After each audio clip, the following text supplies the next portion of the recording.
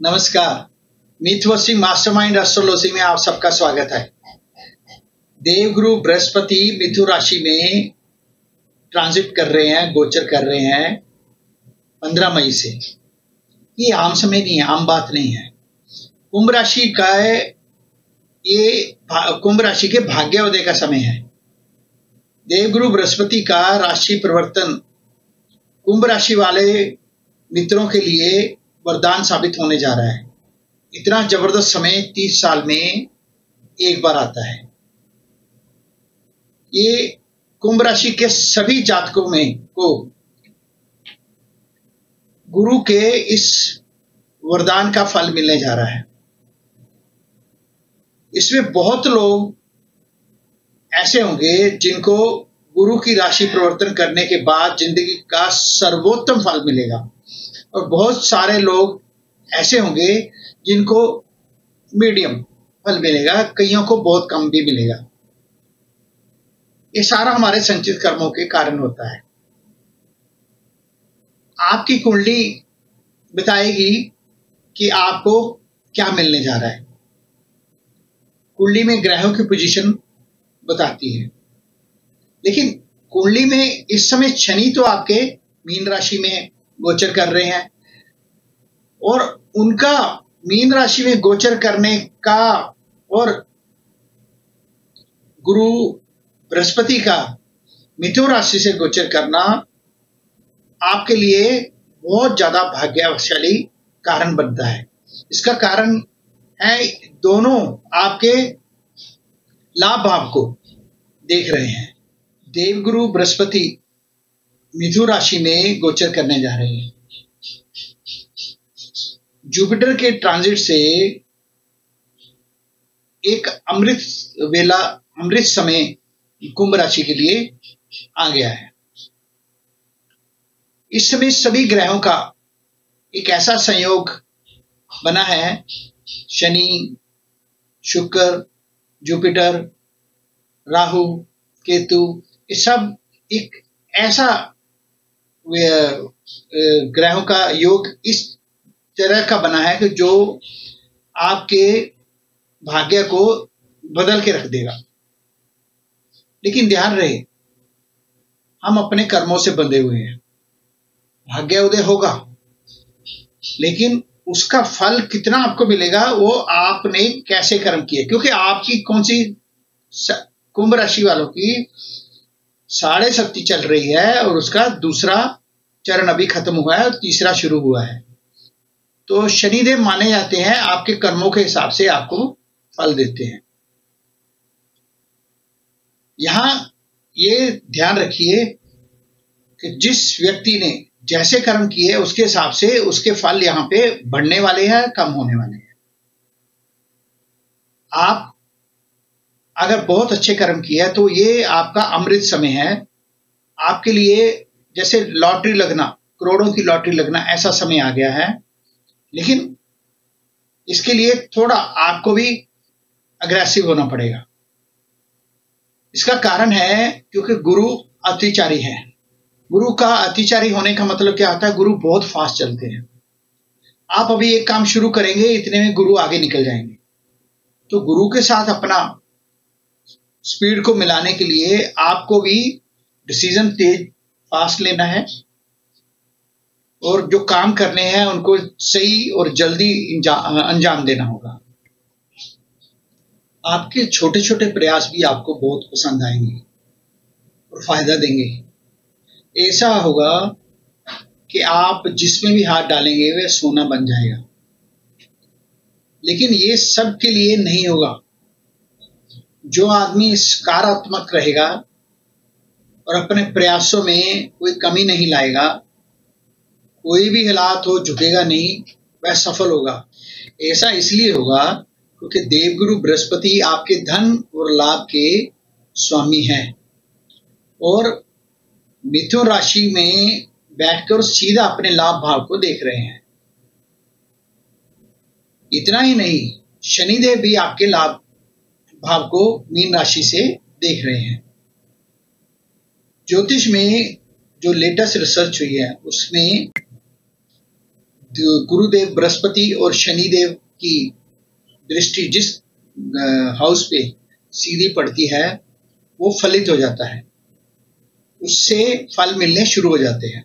तो इस समय दोनों की दृष्टि आपके लाभ भाव पर पड़ रही है।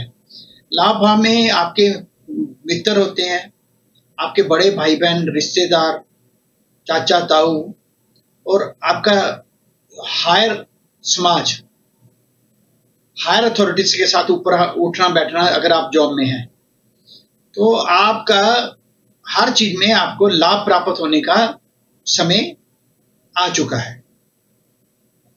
लेकिन इसको ध्यान रखिए, आपके कुंभ राशि के लगन में इस समय राहु भी विराजमान हो जाएंगे 18 मई से। तो राहु भ्रमित करते हैं, उनकी एक बुराई है, वो भ्रमित करते हैं। थोड़ा ध्यान से चलिएगा, भ्रमित नहीं होना, तेजी से चलना जरूरी है, लेकिन समझ के साथ चलना होगा। तेजी से चलना क्यों जरूरी है? क्योंकि आपके गुरु अतिचारू हैं। अतिचारी होने की वजह से हमें चलना भी तेज जरूरी है, लेकिन ध्यान से। यहां पे एक चीज और ध्यान रखिए, राहु भ्रमित जरूर करते हैं, लेकिन नए अपॉर्चुनिटीज को, नए डायरेक्शंस को खोलने का काम राहु ही करते हैं। तो अगर आप जॉब चेंज करने को जा रहे हैं या कुछ बिजनेस में है, तो कुछ नए अपॉर्चुनिटी को एक्सप्लोर करने जा रहे हैं, तो ये भी आपके लिए एक बहुत अच्छा समय है। ये समय कुंभ राशि वालों को आने वाले समय की तैयारी करने का है।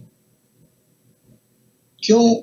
क्योंकि शनि अभी आपको वो फल नहीं दे पा रहे जो अभी कुंभ राशि वालों को मीन राशि में जाने के बाद वो फल दे सकते हैं। गुरु जेमिनी में जैसे आएंगे वो फल इमीडिएट वो नहीं दे पाएंगे, क्योंकि ज्योतिष के हिसाब से जब ग्रह कोई 5 डिग्री तक होता है, 0 से 5 डिग्री के बीच में, तो एक बच्चे की तरह होता है, वो अभी फल देने के लिए तैयार नहीं होता। इसको आप एक एग्जांपल से समझिए कि आप एक किसी डिपार्टमेंट में ऑफिसर हैं और आपकी ट्रांसफर एक जगह से दूसरी जगह हुई है, और जब आप ट्रांसफर होकर दूसरी जगह जाते हैं तो उस समय आपको वो वहां सब नए हालात मिलते हैं। पहले आप उन हालातों को समझते हैं, फिर नई जगह ज्वाइन करने पे उस ऑफिस का काम काज समझते हैं, कौन कौन से लोग कैसे काम कर रहे हैं। 0 से 5 डिग्री का मतलब बच्चा होने से बच्चा नहीं, मतलब कि आप नई जगह पे गए हैं तो आपको सेटल होने में टाइम लगता है। ऐसा नहीं है कि शनिदेव या गुरुदेव बृहस्पति वहां पे काम नहीं करेंगे, काम कर रहे हैं, काम करेंगे, लेकिन उनका काम करने का वो वेग नहीं होगा, वो प्रचंड जोर नहीं होगा जो 5 डिग्री के बाद आएगा। तो आप, इसलिए मैंने बोला ये समय तैयारी करने के लिए है। तो आप अपने जो भी काम करना चाहते हैं उसमें कोई भी मुश्किल आए, आप उस काम में लग जाइए। और दूसरी बात, देवगुरु बृहस्पति 12 जून को अस्त हो जाएंगे, तो मतलब जून के महीने में तो फिर आपको इसके कोई ज्यादा फ्रूट नहीं मिलने वाले। अस्त होने का मतलब क्या होता है?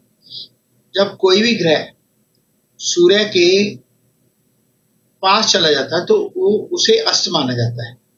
इसको आप ऐसे समझिए कि अगर एक ऑफिस में किसी हायर अथॉरिटी ने मीटिंग बुलाई है और सब मीटिंग में बैठे हैं, और उस मीटिंग में बैठने के कारण आप अपने ऑफिस का कामकाज नहीं देख सकते। आप ऑफिस मीटिंग अटेंड कर रहे हैं, मीटिंग में जो आपको इंस्ट्रक्शन दी जा रही है उनको नोट कर रहे हैं या अपने विचार रख रहे हैं। तो ऐसे ही अस्त होना है। तो ग्रह आपका इसमें जो गुरुदेव बृहस्पति है वो अस्त हैं, वो 9 जुलाई को वो उदित हो जाएंगे, और उदित होते ही वो अपना प्रचंड रूप दिखाएंगे। और उस समय शनि भी अच्छी आपकी अच्छी डिग्री में आ जाएंगे तो आपके लिए सारे काम अच्छे हो जाएंगे। तो आपको आपके पास समय है 9 जुलाई तक अच्छी तरह काम करने का और उससे जो फल लिए जा सकते लिए जाने का। असर मिलेगा, मैंने ये नहीं कहा कि इस समय बिल्कुल उनका कोई आशीर्वाद नहीं मिलेगा, आपको आशीर्वाद मिलेगा, लेकिन वो उस आशीर्वाद में उतना जोर नहीं होगा क्योंकि वो उस समय अपने दूसरे कामों में बिजी है। अभी आप ये कुंडली को देखिए, इसमें लगन में आपको राहु और सप्तम में केतु दिख रहे हैं। तो फैमिली में आप थोड़ा ध्यान रखिए और वाइफ को समझिए, उनके साथ विचार कीजिए, फैमिली के साथ बैठ के बात कीजिए। तो ये समय थोड़ा समझदारी से चलने का है। फिर आप देखिए आपके सेकंड हाउस में मीन राशि है, तो उसमें आपके शनिदेव विराजमान है। शनिदेव यहाँ आपको 18 मई के बाद से स्वतंत्र रूप से आपके लिए अच्छी तरह आपको फल देना शुरू करेंगे। क्यों? इसमें इनके साथ अभी 18 मई तक राहु जो भी आपको लगन में दिख रहे हैं, 18 मई तक ये आपको शनि के साथ होने की वजह से शनि नहीं मिला। उसका कारण ये है कि उनके साथ राहु 18 मई तक थे। अब 18 मई को राहु लगन में आ जाएंगे कुंभ राशि के, तो यहां से निकलने से शनि स्वतंत्र हो जाएंगे, तो अपना फल आपको देना शुरू करेंगे। फल नहीं मिला। देव गुरु बृहस्पति मिथुन राशि में अतिचारी हो जाते हैं, जैसा मैंने पहले बताया। तो होगा क्या, 18 अक्टूबर को जो देवगुरु बृहस्पति है वो कर्क राशि में चले जाएंगे। ज्यादातर आपने सुना होगा, जो ज्योतिष जानते हैं उनको पता है कि देवगुरु बृहस्पति किसी भी राशि में 1 साल पूरा रहते हैं, लेकिन यहाँ 6 महीने से भी कम समय में ये कर्क राशि में चले जाएंगे। तो वहां ये 50 दिन रहेंगे। फिर वहां से 5 दिसंबर में दोबारा मिथुन राशि में आएंगे। कर्क राशि में देवगुरु बृहस्पति उच्च के हो जाते हैं और उच्च का गुरु से सब कुछ मिलता है। आपको यहाँ जो भी मिलेगा ध्यान रखिए 50 दिन के लिए होगा, तो आपको बहुत ही समझ से अक्लमंदी से चलना है। जो आएगा वो वैसे ही जाएगा। क्यों? 11 नवंबर से 11 मार्च के बीच में गुरु वक्री हो जाएंगे। 11 नवंबर को वक्री होंगे, तभी 5 दिसंबर को मिथुन राशि में वापस आएंगे। तो 11 नवंबर से 11 मार्च के बीच गुरुदेव वक्री रहेंगे। देवगुरु बृहस्पति एक शुभ ग्रह है। शुभ ग्रह अगर वक्री होते हैं तो नुकसान नहीं करते, लेकिन जब कोई भी ग्रह वक्री हो तो पीछे जो अधूरे काम होते हैं उनको पूरे करने के लिए आते हैं। तो इस समय जो शुभ ग्रह अगर वक्री हो तो वो आपको शुभ फल छप्पर फाड़ के देते हैं। पैसा देना तो छप्पर फाड़ के देंगे, और वो आपको जिसको जॉब चाहिए उसको जॉब देंगे, जिसकी जॉब छूट गई है उनको दोबारा जॉब मिल जाएगी, जिसकी मैरिज नहीं हो उसकी मैरिज हो जाएगी। तो आपको हर तरह के बेनिफिट्स मिलेंगे इस दौरान। तो ये 13 महीने आपके लिए एक बेस्ट टाइम होगा, जिसको आपने अवेल करना है अपनी समझ से, अपनी मेहनत से। दिनचर्या को सुधारिए, आप सब कुछ हासिल कर सकेंगे अगर स्वस्थ होंगे। अगर शरीर स्वस्थ नहीं है तो सब कुछ मिलने के बावजूद जीरो हो जाता है। तो दोस्तों, पहले अपने स्वास्थ्य के ऊपर ध्यान रखिए, उसके लिए आप रेगुलर वॉक कीजिए। अगर कर सकते हैं तो थोड़ी एक्सरसाइज कीजिए और जॉगिंग कीजिए, और बाहर का खाना बिल्कुल छोड़ दीजिए। कुछ भी बनाइए, कुछ भी खाना है घर में बना के खाइए। ये आप सबके लिए एक रिक्वेस्ट है। ये कुंभ राशि वालों के लिए ये साल बहुत खुशियां लेके आ रहा है, तो उस खुशियों को एंजॉय करने के लिए तैयार हो जाइए और स्वस्थ हो जाइए। Thank you very much. अगर आपको मेरा ये सारा जो आपके साथ मैंने जो नॉलेज शेयर किया पसंद आई है, तो मेरे चैनल को शेयर कीजिए, सब्सक्राइब कीजिए और लाइक जरूर करते जाइए। धन्यवाद, नमस्कार, थैंक यू वेरी मच।